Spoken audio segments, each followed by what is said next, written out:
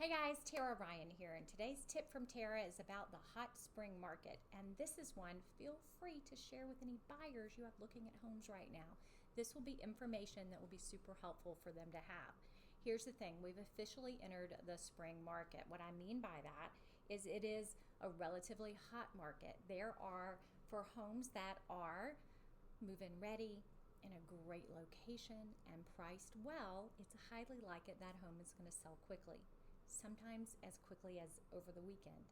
And it means multiple buyers trying to buy the same home at the same time. Here's how this works. If a seller receives more than one offer, they and their listing agent will evaluate those offers, and then they pick one to either accept or counter to. There's some other nuances you can discuss with your buyer's agent, but here's the thing. You risk just being told no, they sold the home to someone else.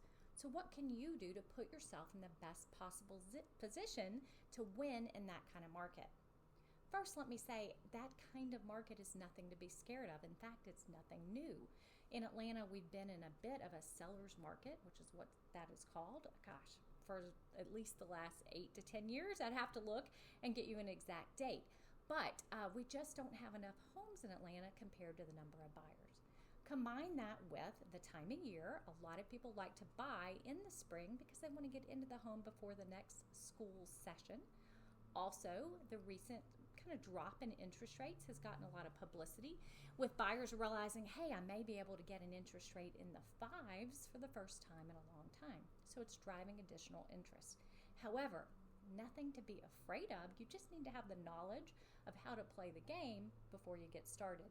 I don't want you to have to miss out on a home or a couple of homes before you understand the strategies. So, what is one of the key strategies? It sounds a little self-serving, but it's true. That is to select your lender early in the process before you find the home.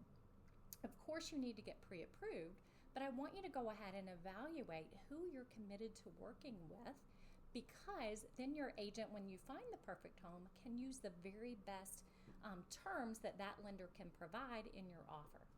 If you haven't yet committed to a lender, then your agent, in order to protect you, is kind of stuck using generic worst case terms, which doesn't position your offer in the greatest possible light with the seller. Okay, so we're going to select a lender first. Then we're going to think about what are the terms that a seller might care about. One might be speed. If a property is vacant, that seller is likely highly motivated to have that closing as quickly as possible.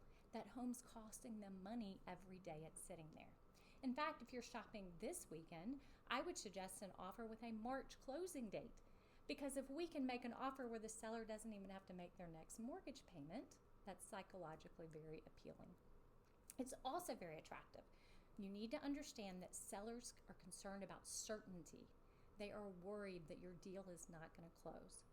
Why? Because a surprisingly large number of deals don't close. In fact, some research shows it's as high as 9.8% of mortgages ultimately get declined. Crazy, right? So these are lenders not doing their job correctly up front, and then it's the seller and, of course, the buyers who are disappointed when that happens. So sellers and listing agents are rightly nervous when selecting offers, and they're really thinking about which one of these is likely to close and close smoothly. So a shorter time frame with it closing fast reduces their risk. They think, okay, well, worst case, I only have the home off the market for a couple of weeks. Okay, what else can we do to help with certainty? On my team, we offer something really unique. It's a close on time guarantee. It tells the seller that if we don't close this loan like we said we would, or we're even one day late, I pay that seller $5,000. It acts as a bit of an insurance policy for the seller, so that if you're close on price or even just in the ballpark, our hope is that the seller will pick you to counter for further negotiations, right? Because of that guarantee. It gives them a little more to go on when things are otherwise somewhat similar. Lastly, the terms, meaning financing and appraisal contingency, how long you need to get those things done. The financing contingency is how long you need to get the loan approved. Well, if you work with me, we take care of that. We do it all during the pre-approval, so you don't need any more time. In fact, I guarantee your earnest money so that you can do a 0-day financing contingency. It looks really strong for the seller because you're showing you're that confident that you don't need to ask for more time. When it comes to appraisals, we turn those around faster than anybody I know, and we can often check in advance to see if you even need an appraisal, because if you don't need one, obviously that's a stronger offer to the seller. So all that put together, my point to you is this. It is a bit of a hot market. I want you to understand that and talk to your agent about it now so you don't have to lose a home or two before you understand how it works.